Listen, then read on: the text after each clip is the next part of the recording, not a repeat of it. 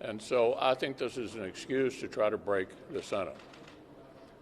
Hypocrisy is not unheard of in politics, but about half the current members of the Democratic Party, when Donald Trump was president and we were in the majority, believed that the legislative filibuster was the essence of the Senate.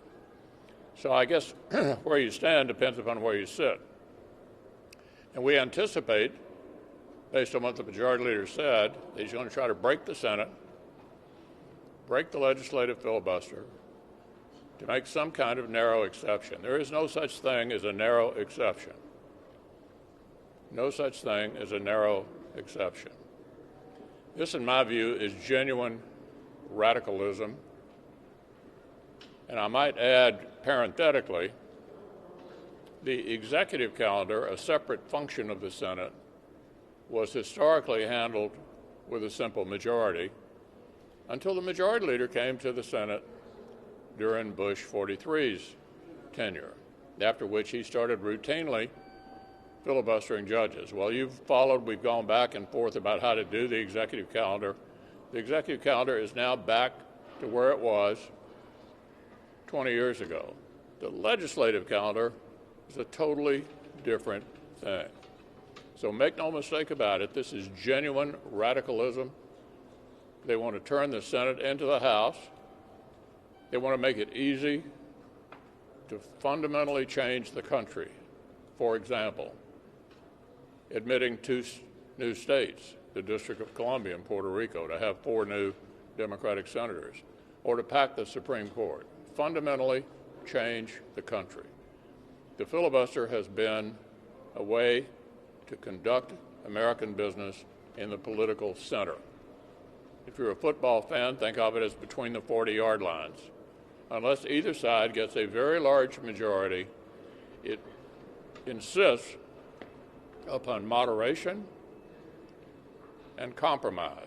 If you can't reach moderation and compromise on a particular issue, then it doesn't pass. That's been an important part of American history from the very beginning, and all of that's going to be on the line here, all of it, on the line here, apparently, in the next 2 weeks.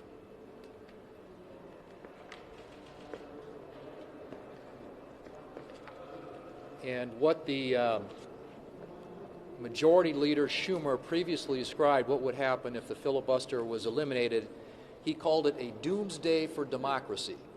That's from the Majority Leader today, to just highlight the point that our leader just made. And he said that getting rid of the filibuster would make, and I quote, "our country a banana republic where if you don't get your way, you change the rules," end quote.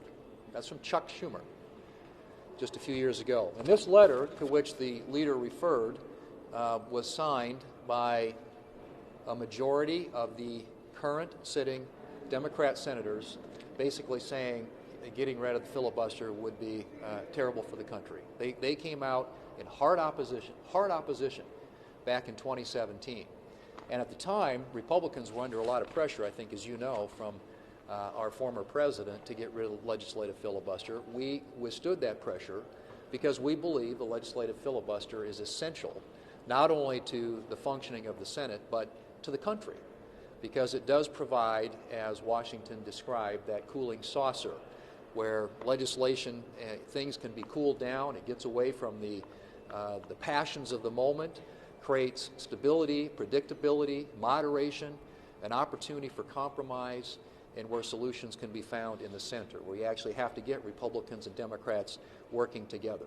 It protects minority rights. It is the institution in our democracy that protects minority rights. And what they're talking about doing would create a nuclear fallout unlike anything we've seen. It's called the nuclear option for a reason. That's the reason it's been referred to around here, because everybody realizes what would happen if it ever gets triggered. And they think they can just carve one little thing out, and this will all go away. Well, you can't put that genie back in the bottle. When you start getting rid of the legislative filibuster, carve out or otherwise, it's gone. It's a whole new ballgame around here. This would be disastrous for the United States Senate, the institution itself, and it would be disastrous for this country, because it would ensure that in the future, every Senate that comes in would reverse what the previous Senate has done, and you would get into this partisan back and forth, which would make the Senate no different than the House of Representatives and undermine the very essence of what the founders intended the Senate to be all about. So I hope that they will, as the leader pointed out, decide and exercise better judgment, which they did just a few years ago when we had the presidency and when we were majority of the Senate, and get back to legislating the way that this place is supposed to work, and that is in a bipartisan way. Get away from this, partisan, scorched earth strategy they have right now of trying to move their agenda in a partisan way and work with Republicans in a constructive way on the issues that are important to the American people. Well, as we enter 2022, the undeniable truth is that Joe Biden as president is overwhelmed and ineffective. And the vice president, his backup quarterback, it seems every time she touches the ball, it's either a fumble or throws an interception. And the reason I say that is the American people have just lived through the most expensive Christmas ever. In terms of if they were driving to go visit family or friends, the price of gasoline at the pump on Christmas Day was the highest it's ever been on a Christmas day in America. The cost of a gallon of gas is $1 a gallon higher this Christmas than it was last Christmas. And it's not just gasoline. It's Christmas gifts, it's groceries for Christmas. People around the country are struggling and suffering, and the president and vice president think that all they need to do is maybe wave a magic wand and things would get better. That's not the case. The vice president was on CBS, a national news show, the day after Christmas. She was asked about inflation and asked if it was transitory, because remember, for month after month after month, the administration and the vice president, President all said that inflation was transitory. They kept saying it until we hit a 40-year high of inflation. It wasn't a trick question, yet her answer was incoherent and rambling. And by all indications, inflation is going to get even worse coming into this new year. We talked about people who could travel to see friends and family over the holidays, but for many people they couldn't because of the new variant of coronavirus. Many people have tested positive. That's if they can even find tests to take. You've seen the lines going around buildings in city after city all around the country because they can't even find adequate testing. Well, Joe Biden had been so obsessed with his vaccine mandate that he ignored requests for more testing and working on treatment. Lots of money has been spent on that. Hundreds and hundreds of millions, actually billions of dollars was put into testing in coronavirus bills, including the one that they passed on a party line vote in March, which was supposed to be about coronavirus relief. And yet, there are not adequate tests in America today. This is what Joe Biden has done to this country. As we go into Joe Biden's second year as president, we have a president who's failed. He's failed on the economy, failed on COVID, failed at the border, and failed on issue after issue, including crime in our cities. The American people deserve better. This president has failed. Well, the Biden administration in its first year passed fewer pieces of legislation than any administration in decades. Actually, about 81 bills were signed into law, 94 under President Trump, 124 under Obama, 109 under George W. Bush. The reason is not the rules, though. The reason is they decided early that they wanted to focus on doing everything that they wanted to do and doing it exactly the way they wanted to do it by doing it themselves. The first bill, the 1.9 American Recovery Act, did a lot of damage to an economy that was already recovering. They got a bipartisan win with the infrastructure bill that I voted for and 18 other Republican senators voted for, but then immediately participated with the House in an effort where the House was going to hold it hostage until they could get enough Senate Democrats to vote for the really big bill that was all kinds of other things and all kinds of new entitlements. At the end, that didn't happen, and they finally went ahead and the House passed the bill we had passed months before The problem here is not the rules of the Senate.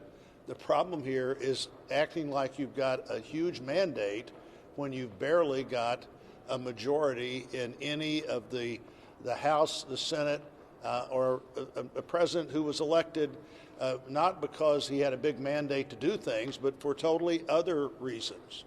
This election wasn't about mandate. He said it was about competence. It was about ability to govern from the middle. Neither one of those have proven to be exactly the way the administration has functioned, and particularly no interest in governing from the middle. The interest has been governing from the extreme edge of not just the party, but the extreme edge of the country.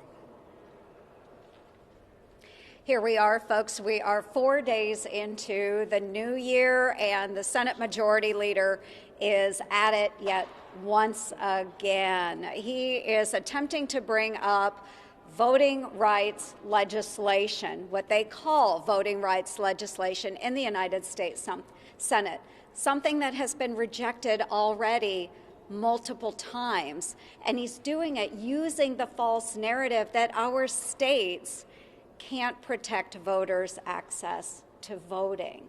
And we know that that is a false narrative. So he's bringing up this legislation. Why? So that he can bring up the Senate filibuster.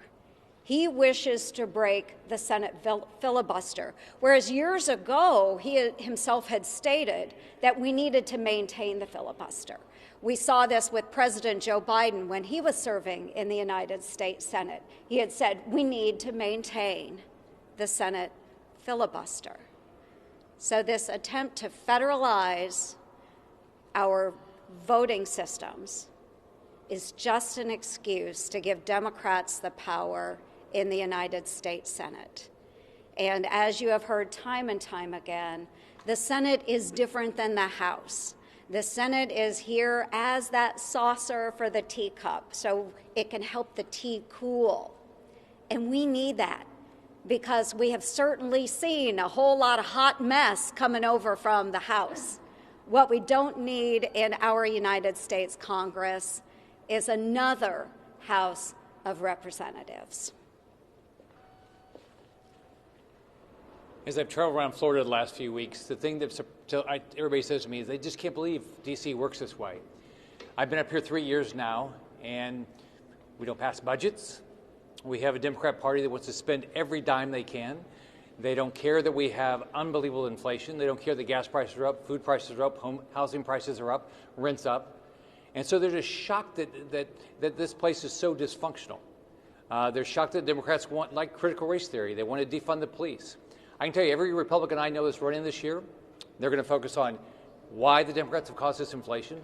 Democrats have caused gas prices to go up, food prices to go up, rent prices to go up, why the Democrats don't want parents involved in their schools, and why Democrats don't like to fund the police and they watch this crime rate go up. So I think Democrats are going to have a horrible 22, and Republicans are going to have an unbelievable 22.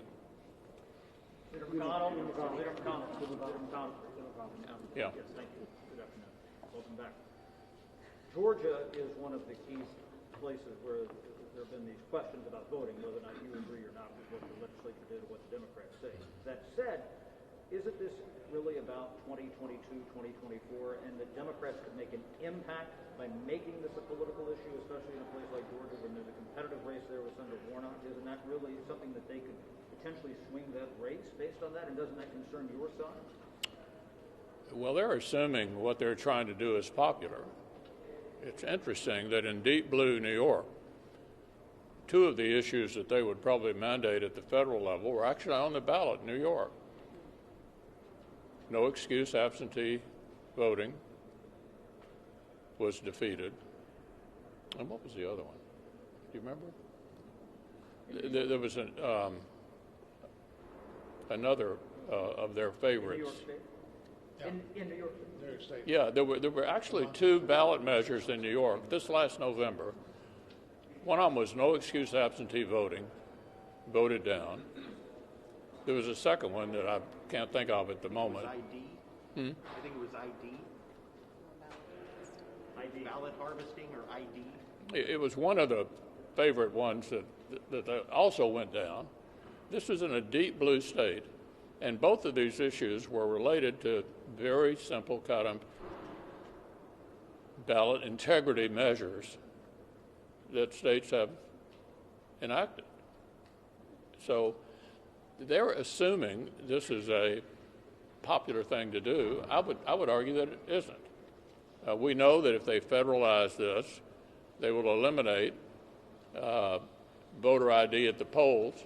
We know they'll do that. That's overwhelmingly supported by Democrats, Republicans, and independents around the country. So I dispute the notion that this underlying bill is popular with the American people. What about the components? I have a question for Senator soon after. But what about the components? What about the components of the Democrats' bill that would put in protections so that it would be more difficult to make political firings of election officials, to et cetera, in states around the country? Yeah, you know, is that something that concerns you? I think they assume that people who get elected to the legislatures are idiots. They get elected by the people too. Why would any legislature in America want to overturn the counting of votes? They have to get elected by those people too. The notion that some state legislature would be crazy enough to say to their own voters, we're not going to honor the results of the election is ridiculous on its face. But so many of these election officials, so many of these election officials have been espousing what the former president has said. Well, speaking of the former president, he's having a press conference on Thursday, on January 6th. Given that you said he is morally and practically responsible for the attack, is it appropriate for him to have the press conference and likely spew the notion that the election was stolen? It'll be interesting to see what he has to say. Do you think the election was stolen? One of the prerequisites of any appropriations bill is having bipartisan support. As we know with the BBB, that didn't happen. Yeah. For our Catholic viewers out there, one of the prerequisites they like to see is pro-life provisions, the Hyde Amendment, Helms Amendment. And is that a red line still for your party? Yeah, the Hyde language has been boilerplate for 30 or 40 years. And what I think Senator Shelby has said to Senator Leahy, basic traditional riders, no poison pills, and parity for defense and non-defense. To the extent that the Democrats are willing to meet those conditions, then I would think we'd have a chance of getting an omnibus appropriation February the 18th. Senator Manchin also weighing in on voting rights and potentially changing filibuster rules today. Have you had any contact with him over the holiday break? I know he said he was in close talks with Democrats about potentially addressing this issue. Have you gotten any renewed assurances from Senator Manchin about not changing the filibuster? Well, we talk to each other all the time about these issues. As we all know, the only two Democrats who seem to be resistant to breaking the Senate these days are Senator Manchin and Senator Sinema. So obviously, yes, we do talk to them. All indications are that they still believe the Senate as an institution is important and doesn't need to be turned into the House, or put another way, doesn't need to be broken.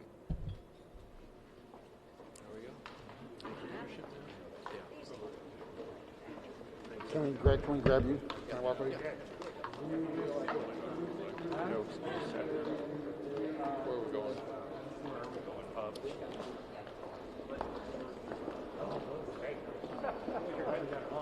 They were never